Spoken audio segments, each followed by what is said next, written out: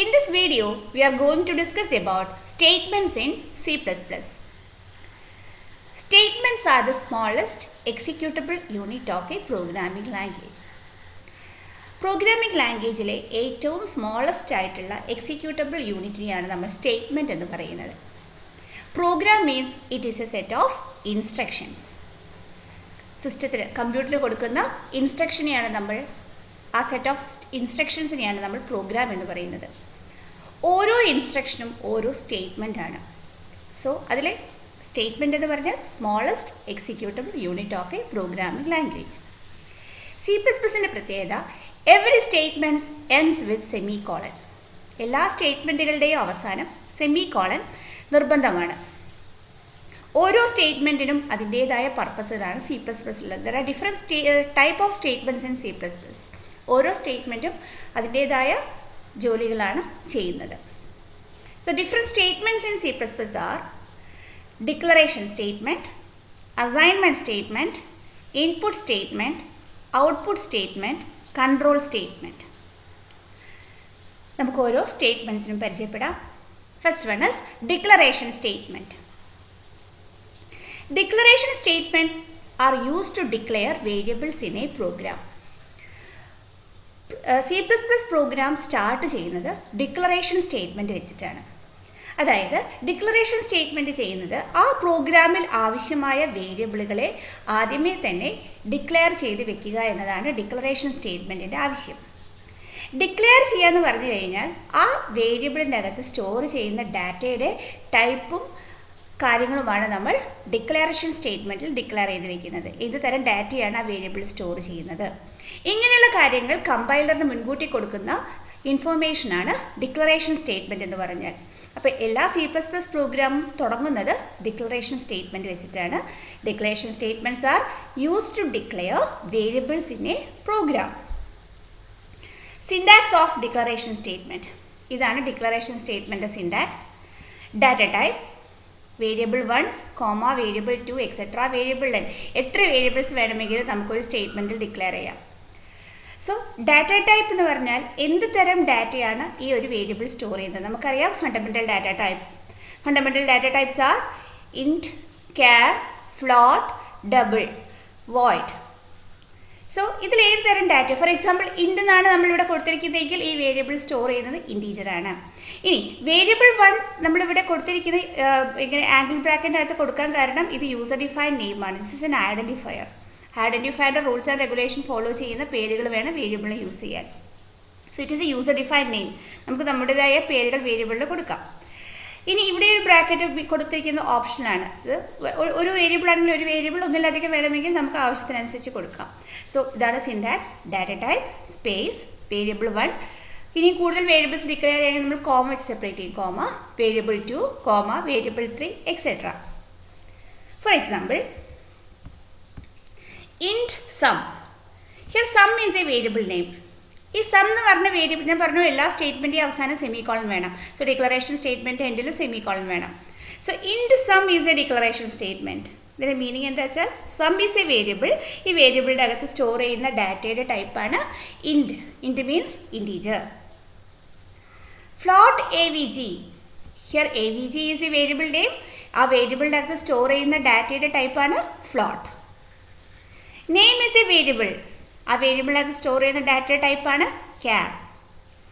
ഇൻറ്റ് A, B, C. ഇപ്പോൾ ഇവിടെയൊക്കെ ഒരു വേരിയബിൾ ഡിക്ലെയർ ചെയ്തു. നമുക്ക് ഒന്നിലധികം വേരിയബിൾസ് ഡിക്ലെയർ ചെയ്യുന്നുണ്ടെങ്കിൽ for example int A, B, C പറഞ്ഞാൽ A is a variable, B is a variable, C is another variable.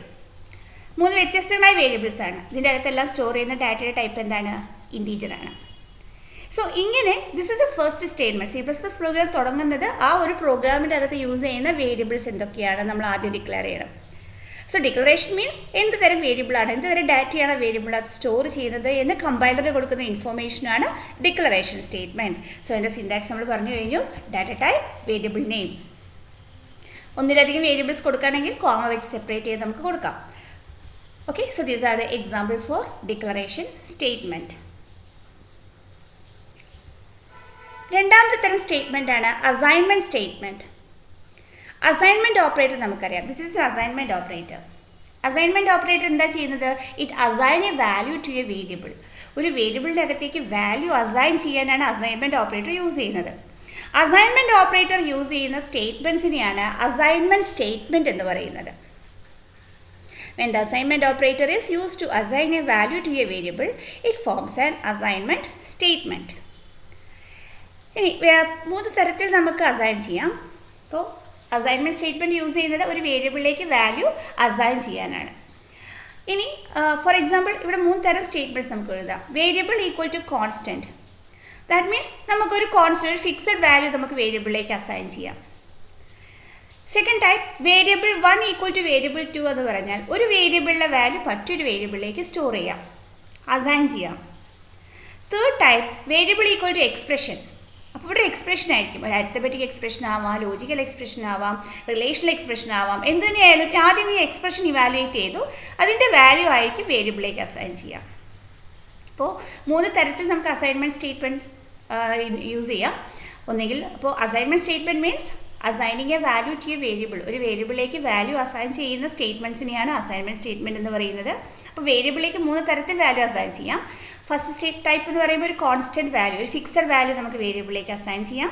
അല്ലെങ്കിൽ വേറൊരു വേരിയബിളിൻ്റെ വാല്യൂ വേറെ നമുക്ക് വേരിയബിളിലേക്ക് അസൈൻ ചെയ്യാം. അല്ലെങ്കിൽ ഒരു എക്സ്പ്രഷൻ ആയിരിക്കാം, എക്സ്പ്രഷൻ ഇവാലുവേറ്റ് ചെയ്ത് കിട്ടുന്ന റിസൾട്ടാണ് നമ്മൾ വേരിയബിളിലേക്ക് അസൈൻ ചെയ്യുന്നത്. For example, these are different types of assignment statement. Here a is a variable. So a equal to 50 എന്ന് പറയുമ്പോൾ 15 is a constant. അപ്പോൾ 50 എന്നുള്ള വാല്യൂ ആരിലേക്ക് സ്റ്റോർ ചെയ്തു? a എന്ന് പറഞ്ഞ വേരിയബിളിലേക്ക് സ്റ്റോർ ചെയ്തു. c equal to a plus b. Here a plus b is an arithmetic expression. അപ്പോൾ ഈ എക്സ്പ്രഷൻ ആദ്യം ഇവാലുവേറ്റ് ചെയ്യും, അതിൻ്റെ വാല്യൂ ആണ്, റിസൾട്ടാണ് നമ്മൾ സിയിലേക്ക് അസൈൻ ചെയ്യുന്നത്. b equal to 5.8. 5.8 is another constant. ആ കോൺസ്റ്റൻ്റെ വാല്യൂ ആണ് ബിയിലേക്ക് സ്റ്റോർ ചെയ്യുന്നത്. d equal to a plus b into c plus d. This is another arithmetic expression.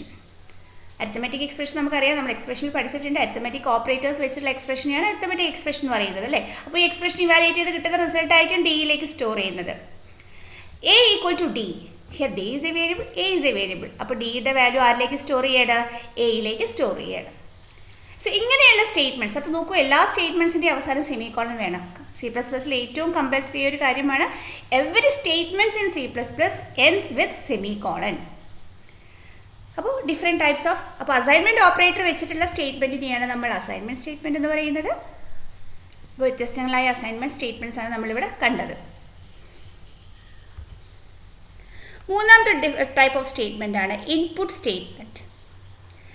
Input statement നമുക്കറിയാം, ഇൻപുട്ട് ഓപ്പറേറ്റർ നമ്മൾ പഠിച്ചിട്ടുണ്ട്. So this operator is known as input operator, അല്ലേ? This is also known as get from or extraction operator. So input statement എന്തിനാണ് use ചെയ്യുന്നത് വെച്ചാൽ, it is used to store data in the memory during the execution of the program. Program execute ചെയ്യുന്ന സമയത്ത് തന്നെ data മെമ്മറിയിലേക്ക് store ചെയ്യാനാണ് input statement use ചെയ്യുന്നത്. Programme execute ചെയ്യുന്ന സമയത്ത് ഡാറ്റ മെമ്മറിയിലേക്ക് സ്റ്റോർ ചെയ്യാനാണ് ഇൻപുട്ട് സ്റ്റേറ്റ്മെൻറ്റ് യൂസ് ചെയ്യുന്നത്. അപ്പോൾ ഇൻപുട്ട് സ്റ്റേറ്റ്മെൻറ്റ് യൂസ് ചെയ്യുമ്പോൾ ഇൻപുട്ട് സ്റ്റേറ്റ്മെൻറ്റിൻ്റെ പ്രത്യേകത, ആ സ്റ്റേറ്റ്മെൻറ്റിൽ ഇൻപുട്ട് ഓപ്പറേറ്റർ ഉണ്ടാവും. ഇനി നമ്മളിവിടെ സാധാരണ നമ്മൾ ഡാറ്റ ഇൻപുട്ട് ചെയ്യുന്നത് കീബോർഡിലൂടെയാണ്. അപ്പോൾ നമ്മളിവിടെ C++ൽ സ്റ്റാൻഡേർഡ് ഇൻപുട്ട് ഡിവൈസായിട്ട് യൂസ് ചെയ്യുന്നത് കീബോർഡാണ്. കീബോർഡിനെ ഐഡൻറ്റിഫൈ ചെയ്യാൻ വേണ്ടി യൂസ് ചെയ്യുന്ന object നെയിമാണ് Cin. So Cin means it is an object used to identify the keyboard. കീബോർഡിനെ ഐഡൻറ്റിഫൈ ചെയ്യാൻ വേണ്ടി യൂസ് ചെയ്യാനാണ് Cin യൂസ് ചെയ്യുന്നത്. അപ്പോൾ ഇൻപുട്ട് സ്റ്റേറ്റ്മെൻറ്റ്സിൽ 2 ടേം ഉണ്ടാവും. Cin എന്ന് പറഞ്ഞാൽ അത് കീബോർഡിനെ ഐഡൻറ്റിഫൈ ചെയ്യാനും കൂടാതെ ഇൻപുട്ട് ഓപ്പറേറ്ററും. നമ്മൾ സിൻടാക്സ് കാണാം. So syntax of input statement is, this is syntax. അപ്പോൾ Cin നമുക്കറിയാം കീബോർഡിനെ ഐഡൻറ്റിഫൈ ചെയ്യാനുള്ള ഒബ്ജക്റ്റാണ്, and this is input operator. അപ്പോൾ എന്താ നടക്കുന്നത് വെച്ചാൽ, പ്രോഗ്രാം എക്സിക്യൂട്ട് ചെയ്യുമ്പോൾ ഇങ്ങനെ ഒരു ഇൻപുട്ട് സ്റ്റേറ്റ്മെൻറ്റ് കണ്ടു കഴിഞ്ഞാൽ കീബോർഡിലൂടെ ഇൻപുട്ട് ചെയ്യുന്ന ഡാറ്റ ആരിലേക്ക് സ്റ്റോർ ചെയ്യണം? ഈ വേരിയബിളിലേക്ക് സ്റ്റോർ ചെയ്യണം.